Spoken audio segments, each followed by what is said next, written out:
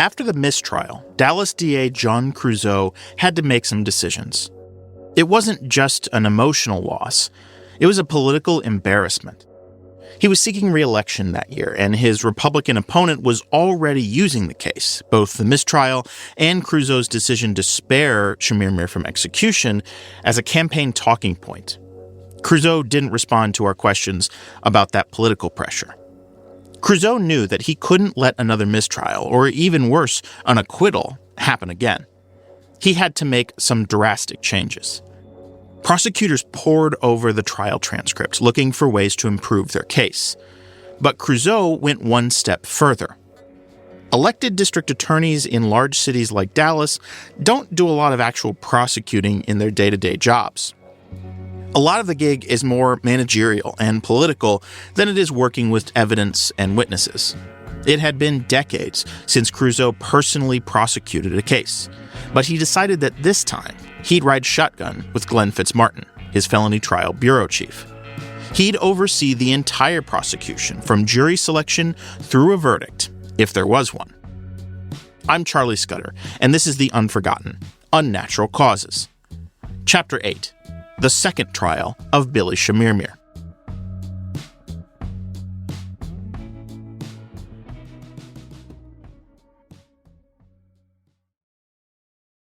Creuzot's involvement started with the most glaring hole in the last trial, jury selection. A lot of the process of questioning potential jurors is meant to weed out the people who can't put aside personal biases to consider the evidence as objectively as possible. Somehow, in the first trial, prosecutors sat a juror who had such strong convictions.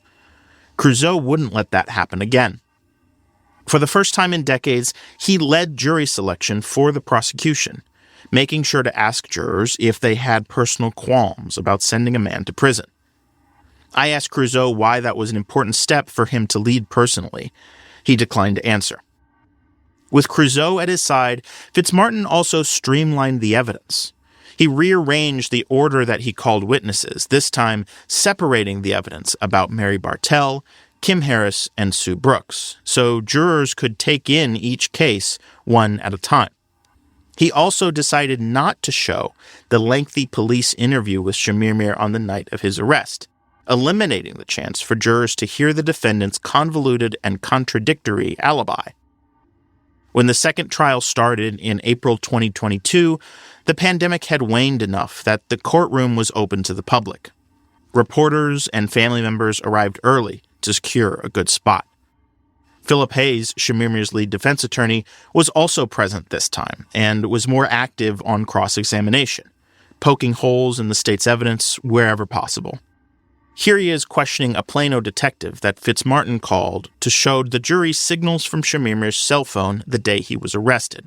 The first ping was 30 minutes prior to the third ping, so you don't know where that phone was in that 30 minutes. No, sir, not exactly. And you don't know who was with the phone. You just know at that last ping, Mr. Chemirmir had that phone in the parking lot. No, sir. No, sir, what? The first part that you stated, the question would be Russian. Okay. I do believe I know who it was for. Well, you can believe all you want, but I mean, you don't know who had that phone 30 minutes prior to him being arrested. All you know is who had it when he got arrested. Right? I believe that he had the phone, sir, and he had the phone when he was arrested. Okay. Did you understand my question? Well, yes, sir. Okay. I mean, you don't know where the phone was an hour before, or 2 hours before, or 30 minutes before, but you do know where the phone was when Mr. Chemirmir was arrested. Just like in the first trial, the state wrapped its case in 4 days, and the defense called no witnesses. Because prosecutors have the burden of proof, they have the ability to begin and end closing arguments that the jury will hear. Often, one prosecutor will begin by giving some legal background on the case. Then the defense will present its closing argument. Then, another prosecutor will come in with the final word to send the jury into deliberations. Creuzot was the first up. As he walked toward the jury, he stopped at a large stack of boxes full of evidence, picking up the pillow that killed Kim Harris, still stained with her fuchsia lipstick. Remember, she went by Kim for much of her life, but the attorneys used her legal name, Lou T. Harris, at trial. Okay, and what we're really here talking about is a name in the indictment. And you have a picture of a very kind, gentle person. And you have some of her stuff. The things that were precious and meaningful to her have been offered into evidence. Okay, but those are the things that made up Lucy Harris.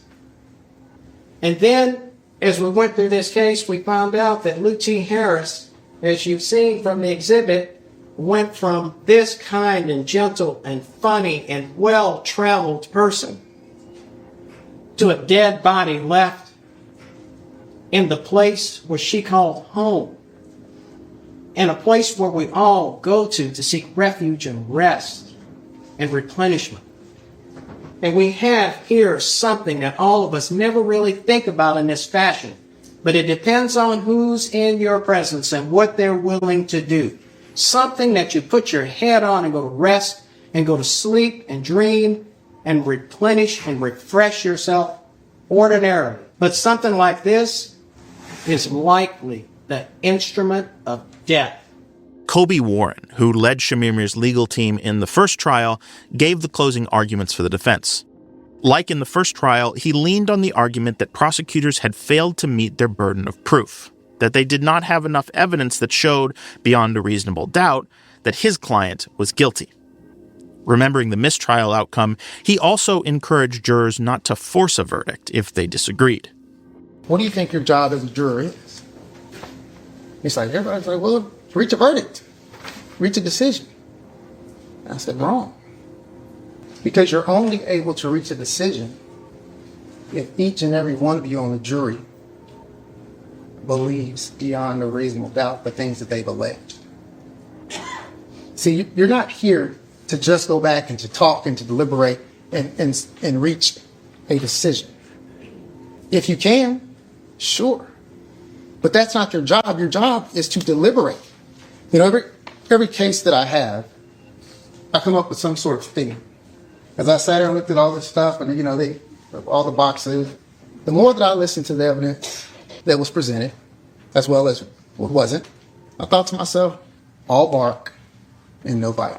It's a lot of barking. They're just barking. At the prosecutor's table, Fitzmartin was taking careful notes on a wide yellow legal pad. When he heard Warren's all bark and no bite line, he knew where to start his own closing argument. Can I please the court? What? Counsel. All bark and no bite? All bark and no bite. Do you remember how we started this trial after you took your oath? It started with these words. True bill of indictment. You remember? That's how we started this. Those were the first words I read to you. True bill of indictment. That was me barking. True bill of indictment. That was me barking. All this stuff, that's me biting. Okay? All this stuff is actually not stuff. It's evidence. It's evidence of the guilt of Billy Chemirmir in the death of Lou T. Harris. That's what this is. Plain and simple. We can't just stop at barking. We gotta bite. And that's what this is. We brought you every bit of evidence the law would allow us to bring in this case to prove to you that that man right there is capable of taking the most innocent of objects, the things we put our children's heads down on at night so that they can have the dreams, as Mr. Crusoe told you, and he turned them into instruments of nightmares. Not only for the women that he accosted and attacked, but for their families to learn. Think of Mrs. Brooks's family, that they had to learn that their mother, that they put to rest 7 weeks before, actually found her end looking at that man right there. What must that be like? Fitzmartin was focused, clear, and passionate. It was like watching a revival preacher at work. He carefully went through the highlights of all the evidence, of Mary Bartell's testimony, of how she led police to realize there was an attacker, of how police used suspicious person reports, cell phone data, and offer up sales records to see that Chemirmir was their primary suspect, of the Walmart footage that showed Chemirmir following his victims from aisle to aisle. During the first trial, Fitzmartin had showed jurors a photograph of Kim Harris's keys that were found in Chemirmir's car when he was arrested. This time, he pulled on a pair of gloves and picked up the physical evidence itself, rattling it for them to see and hear the keys jangle on the chain. Ladies and gentlemen, these three women didn't know each other, but they are all connected. They're all connected by Billy Chemirmir, because this is the individual that took Lou T. Harris's life. This is the individual that took Mary Brooks's life. This is the individual that tried to take Mary Bartell's life. You can't know this story without knowing each of them. But the sad thing is that the last face that these poor women saw, or the last face that was intended to be seen by Mary Bartell, is the face of that man right there. It's not of their daughter or their son or someone that's going to comfort them in that final moment of journey. Absolutely not. It is terror. It is fear. It is greed. That is what's looking at them. Get on the bed. Don't fight me.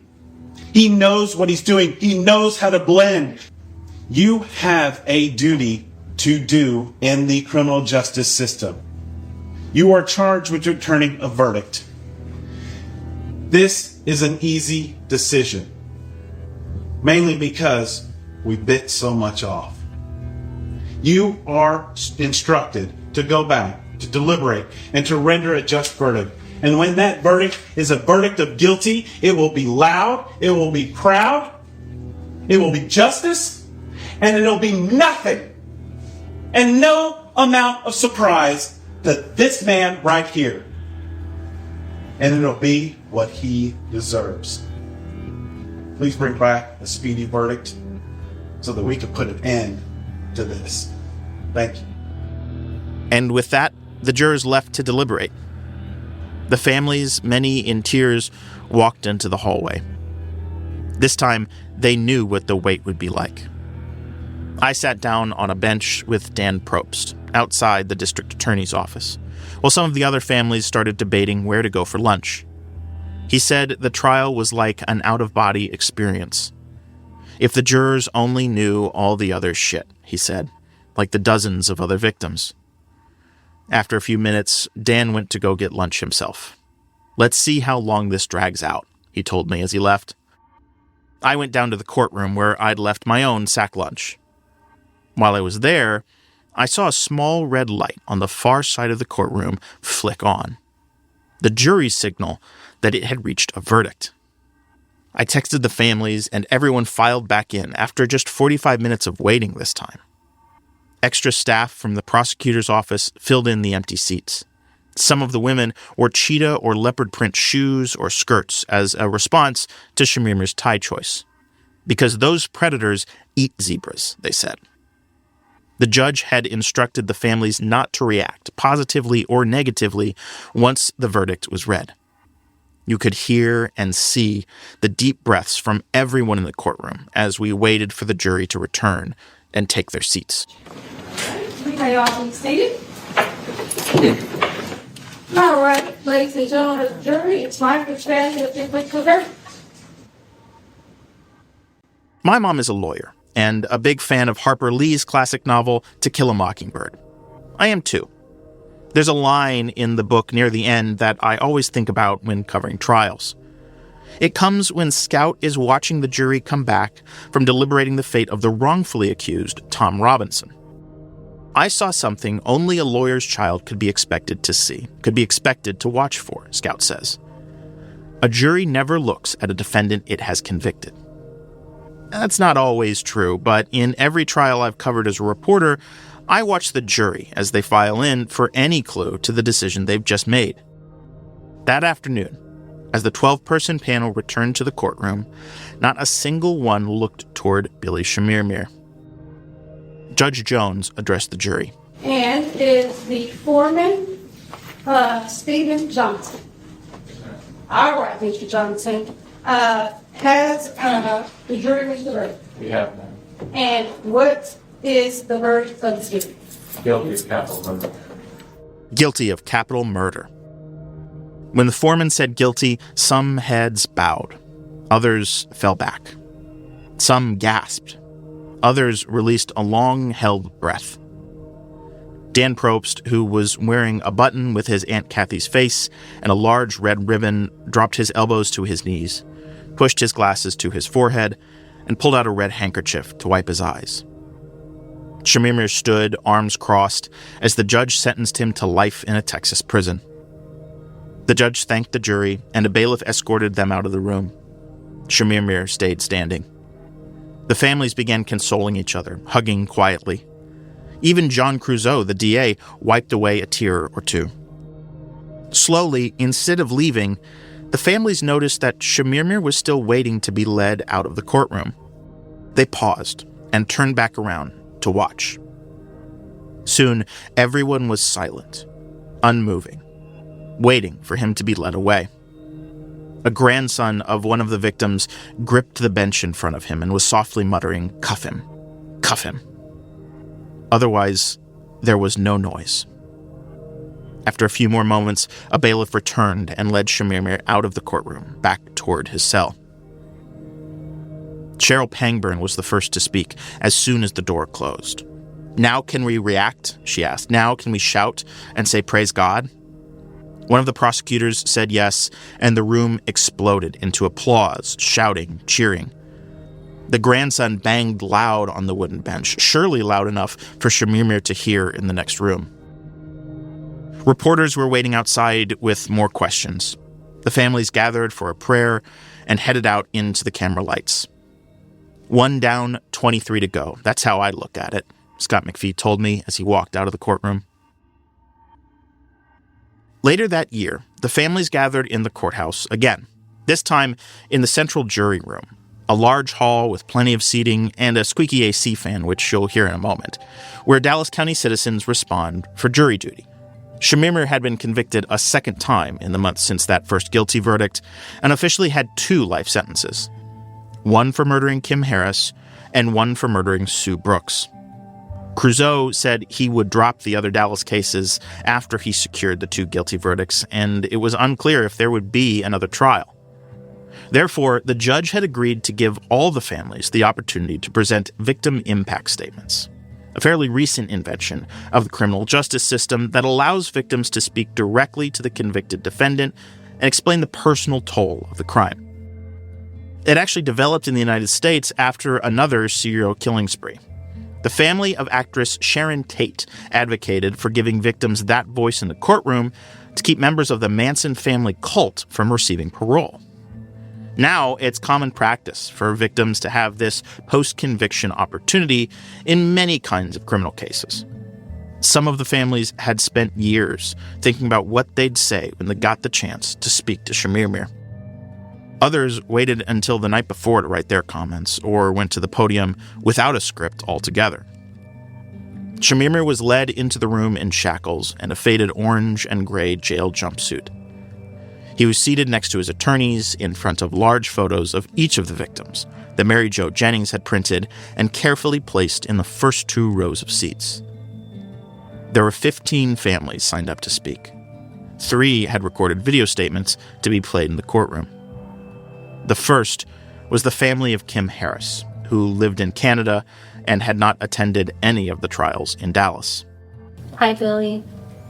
This is my dad. Hi, Billy. He's Lee T. Harris's son, and I'm Karen, Lee T. Harris's granddaughter, and my dad's only child. We don't expect you to remember us, but we hope that you remember our message. The fact remains that you killed my grandmother, and for a while there, we were just struggling with so much grief. We were really scared and angry as well. We were just triple checking the locks on our doors. We had trouble sleeping at night. And we were just, terrified of going out, but we're also terrified of staying in because of how she was murdered.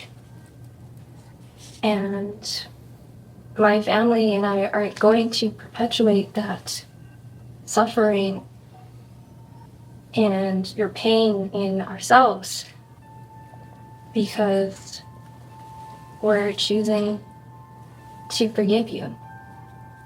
We're choosing to end that cycle of pain and suffering by forgiving you. So we forgive you, Billy. My name is Lindsay Williams Roan. I will not waste my breath on you. Our mother, Martha Williams, was a fighter, and she fought you. She's raised 2 fighters. We have fought you, and we will continue to fight you until you are dead in your cold, dark prison cell alone. My mother probably already told you, but it bears repeating. Go to hell. My name is Scott McPhee, and I represent the family and friends of Carolyn McPhee. In 2016 and 2017, you came into our parents' home disguised as a caregiver who would help our mother care for our ailing father. You ate in that house with us. You spent time with our family. You saw what we were and who we were. And it all meant nothing more to you than a few $1,000s worth of jewelry. For that, you took the life of a woman who had years of joyful life left. So many lives, so many memories are forever destroyed because of your greed. The horrifying stories of your attempts and successes of smothering so many incredible people sick me. You have changed me and my world forever. You have robbed me not only of my beautiful, cherished mother, but you've also stolen the Ellen I was. The nightmares are unbearable. I wake in tears, praying that it's all a bad dream. But then the realization and the horror washes over me. As I head off to another day trying to act like I'm okay. When I realized the last thing my mom saw in those were your dark, evil eyes. Look at you, you're so blank. She had to suffer the most unimaginable fear. I've had to endure that vision for 3 years, which has caused so much pain and suffering. I could continue to tell you, but I know you don't care.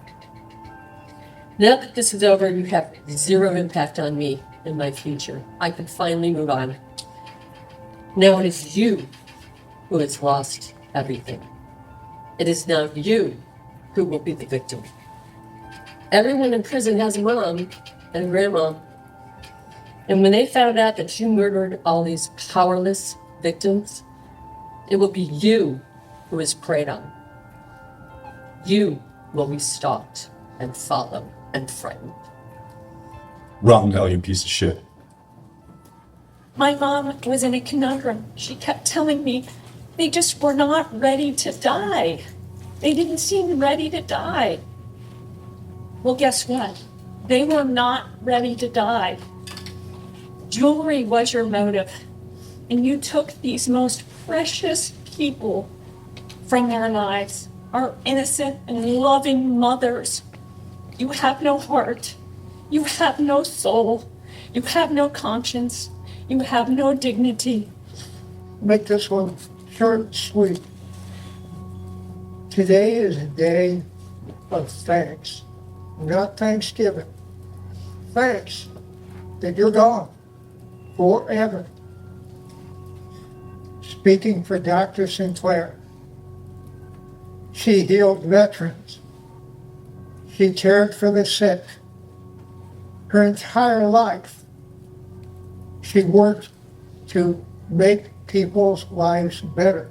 And you ended it in about 3 minutes.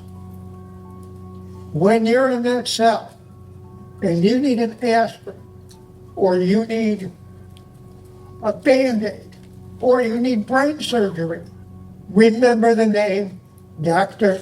Catherine Sinclair.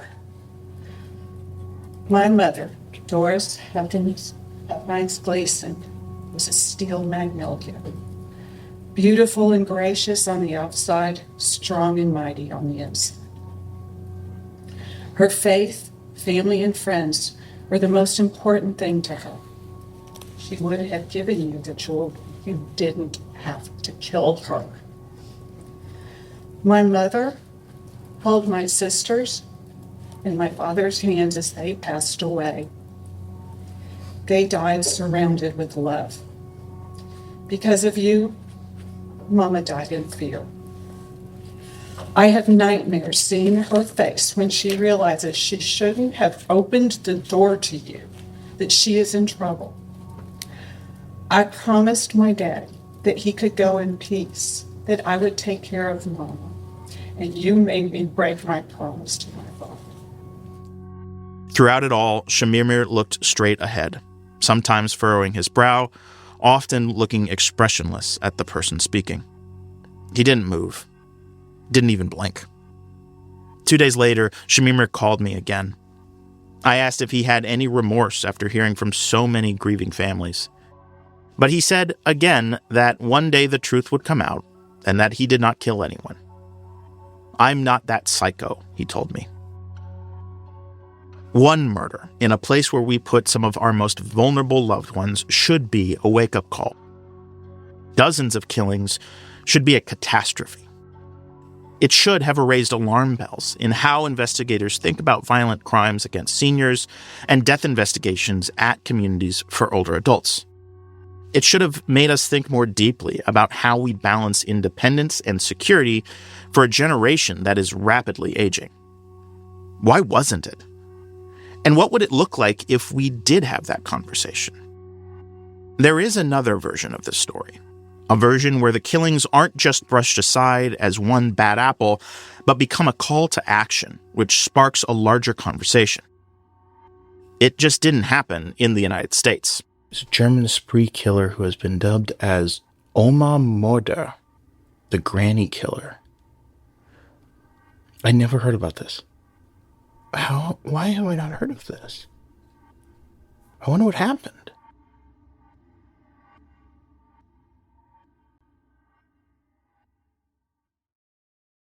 Okay, so earlier this week, I was at this event, and somebody asked what I was up to this summer, and I mentioned this project, and I started telling them about Billy Chemirmir, and they hadn't heard about him, but they said, oh, just like that guy in Germany, which I kind of was like, okay, yeah, sure, whatever. And I just finally remembered it and went and Googled Germany's senior killer, and the first result is a guy named Olaf Dieter. He's a German spree killer who has been dubbed as Oma Mörder, the granny killer. I never heard about this. Huh? Wait. Okay, a woman wakes up, describes her attacker. After his arrest, it turned out Dieter had already murdered another elderly lady that same day. Doctors had previously recognized their deaths as natural. Oh my gosh. Dieter had previously worked with his victims as a geriatric nurse, enjoyed their confidence, allowing him access to the crime scenes without resistance. Why have I not heard of this? I wonder what happened. In June 2001, in Bremerhaven, a city on the northern coast of Germany, 5 elderly women were found dead in their homes over a 10-day period. Their deaths were all attributed to natural causes. Only after a woman named Marta Neubauer was revived and pointed police to her former in-home caregiver, Olaf Dieter, did police realize that the women had been suffocated and that their apartments had been robbed. Dieter was arrested soon after and was sentenced to life in prison later that year. Sound familiar? Murders are 5 times more rare in Germany compared to the US, and the case of the Oma murder was an immediate sensation. The medical examiner there, a doctor named Klaus Puschel, publicly scolded the doctors who had brushed aside the deaths as natural without an autopsy. He pushed the German Society for Forensic Medicine to study what he called forensic gerontology. In an article published in Rechtsmedizin, a German forensic science journal, Puschel wrote that the violence against elderly people, as well as their particular vulnerability and defenselessness, absolutely require attention. These dark sides of old age must be further illuminated. These problems resonate very little in either the medical field or in society. Doctors feel very little responsibility. However, the responsibility of doctors must be emphasized, especially when caring for elderly patients. When I started looking into the Dater case, I came across another series of European murders that's a little more well known and also led to changes in how older people are treated. Throughout the 1980s, 4 nurses, Maria Gruber, Irene Leidoff, Stefana Meyer, and Walter Wagner, worked at a geriatric care hospital in the Linz neighborhood of Vienna. Together, they killed at least 49 elderly people and possibly hundreds more, with either morphine overdoses or by forcing water into their lungs, drowning their patients. They got away with it for 6 years because, although the patients were not terminally ill, their deaths looked natural. Elderly people often die with fluid in their lungs. The crimes shook Europe, created tabloid headlines around the world, and even made the front page of the New York Times. The women were dubbed the Linz Angels of Death. The Austrian chancellor at the time called it the most brutal and gruesome crime in Austria's history. And for others, it was a reminder of the Nazi-led murder programs of a generation prior. When detectives tried investigating the case, they were met with, quote, a wall of silence from the state-run hospital, one investigator said, just like how the senior living communities in Dallas avoided telling police how much they knew about Chemirmir. The head of the hospital in Vienna was suspended for his role in stymieing that investigation. Patients fled the hospital where the 4 women had worked, seeking other places for care. As medical officials became more defensive about their role in not stopping the killing sooner, Vienna was in shock, questioning the very nature of its healthcare system and treatment of elderly Austrians. In the decades since, Vienna has boosted its social services, particularly for older adults. There's a publicly funded office for senior living with district representatives in every neighborhood of the city, a network of healthcare, housing, transportation, and recreation services that make the city one of the best for older people, according to the World Health Organization. Their approach is not just about senior care, it's about senior life. About making sure that older adults have the tools, resources, and yes, protections to live their life as fully and independently as possible. But no such reckoning has happened here in Texas, and there's no sign there ever will be. In fact, while we were working on this podcast, there was another string of murders at unlicensed assisted living group homes in Arlington, Texas, my hometown. In those, police say, the owner injected as many as 20 older patients with a drug cocktail that caused their deaths. The initial reports listed their deaths as natural. Many were buried or cremated by the time investigators noticed what was happening. At a press conference in June, Arlington police officers called it unimaginable and disturbing. One officer said he'd been working in the department for over 20 years and had never seen anything like this. It's the exact same language that police in Plano used when they began investigating Chemirmir just 6 years ago. There are times when looking into these cases can feel exhausting. Like Lisa Hall, the Griswold home care owner in Plano, told me a few episodes ago, it's easy to frame this case as an exception, one bad example. You hope that it's the exception, but then when you think it's the exception, then something else like that comes up. Realizing that this isn't just about one bad case, that it's about a series of systems that are difficult to change, that's heavy stuff. Dealing with that is a skill, and it's one I've been focused on passing to younger reporters. A couple times a year, I bring a special guest speaker to the journalism classes I teach at Southern Methodist University in Dallas. The campus isn't far from Chemirmirville, as Mary Jo Jennings called the neighborhood where he targeted his victims. Shannon Dion is an alumna of SMU, and having her visit campus is always a highlight of the semester. When she comes, we get to sit down and talk to students about responsible crime reporting and building trust between reporters and victims of trauma.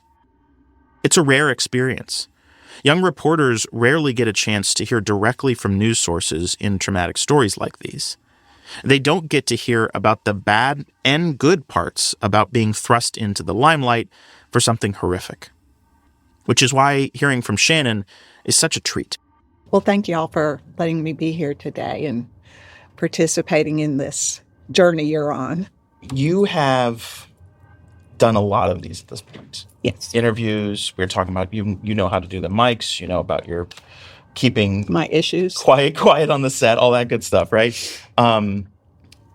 That's not a thing that people generally experience. Like to be that media aware, I guess. To go from not wanting to have anything to do with this to this, that's got to be a weird roller coaster. On the roller coaster of weird, this is just one of many weirds, so as you know, I was at home, retired with my husband, just living the life, and then life happened and everything changed. So yes, I've learned a lot more about media than I thought, but I've also had to learn how to Zoom and how to work with website creators and the legal system and going to Austin and fighting for legislation. So this is just one of many weird things that I never anticipated learning about. Why? It could be easy to not want to take those steps, or not take all of those steps.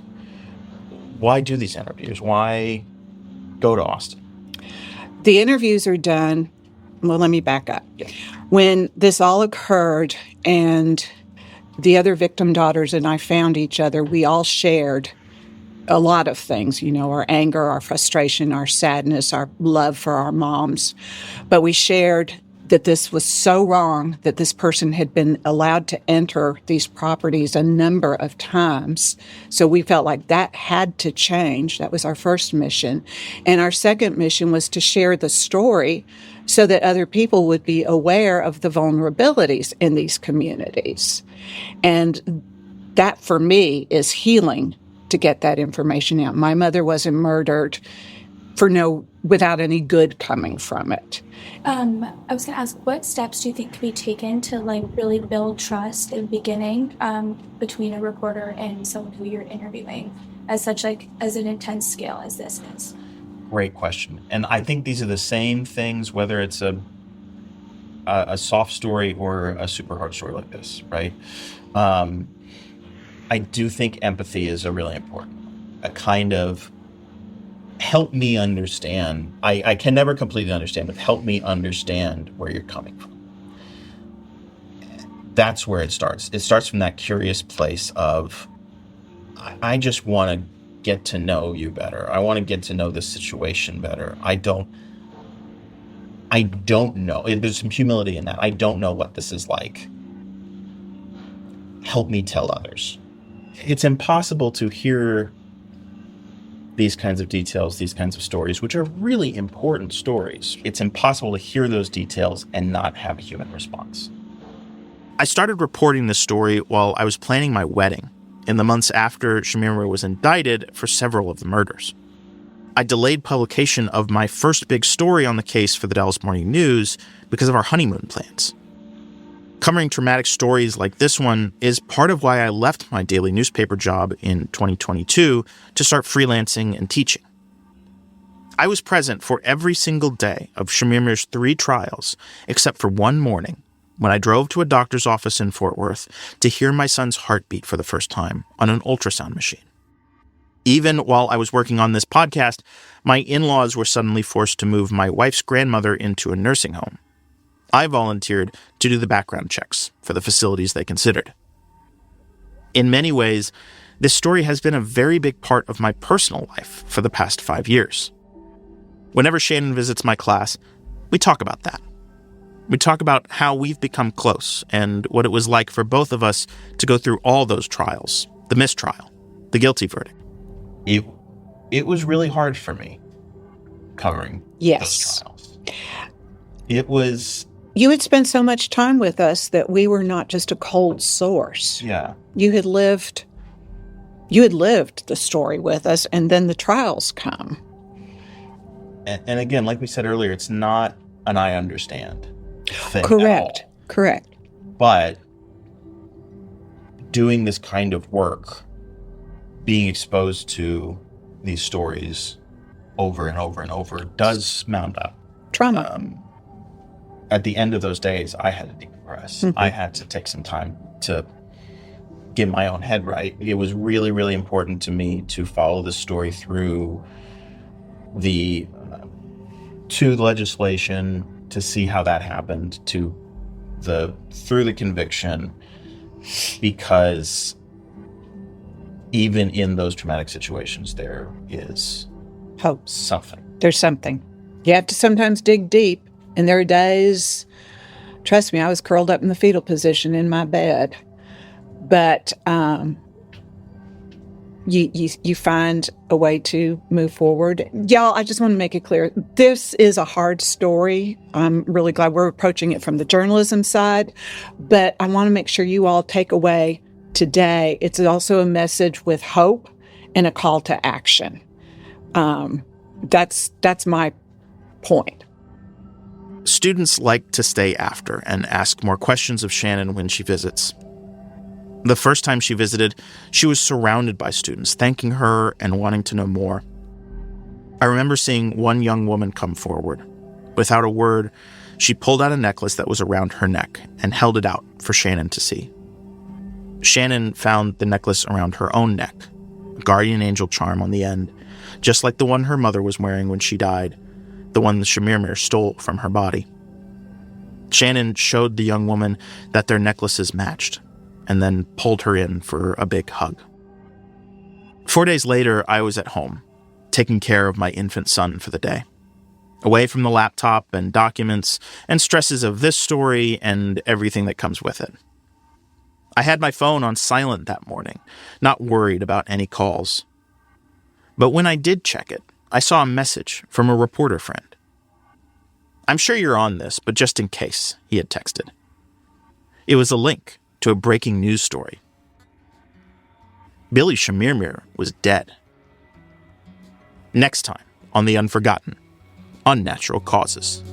There's not going to be an indictment. There's not going to be a trial. Mm-hmm. It's just, oh, by the way, here's some horrible gut-wrenching pain that you now get to deal with. Yeah. And I don't think that's a gift. The Unforgotten is a free-range production. Season 2, Unnatural Causes, is created, written, and hosted by me, Charlie Scudder. Our producer is Wes Ferguson. Associate producer is Monica Watkins. Audio editing, engineering, mixing, and mastering by Austin Sisler at Eastside Studios in Austin, Texas. Theme song and sound design by AJ LeGrand. Wes Ferguson is the executive producer at Free Range. Thanks to Alexandra England for assistance with German language translation and pronunciation in this episode. Special thanks, as always, to the Dallas Morning News and the Division of Journalism at Southern Methodist University's Meadows School of the Arts, particularly Professor Annette Nevins, who let Shannon and I crash her news reporting course in this episode.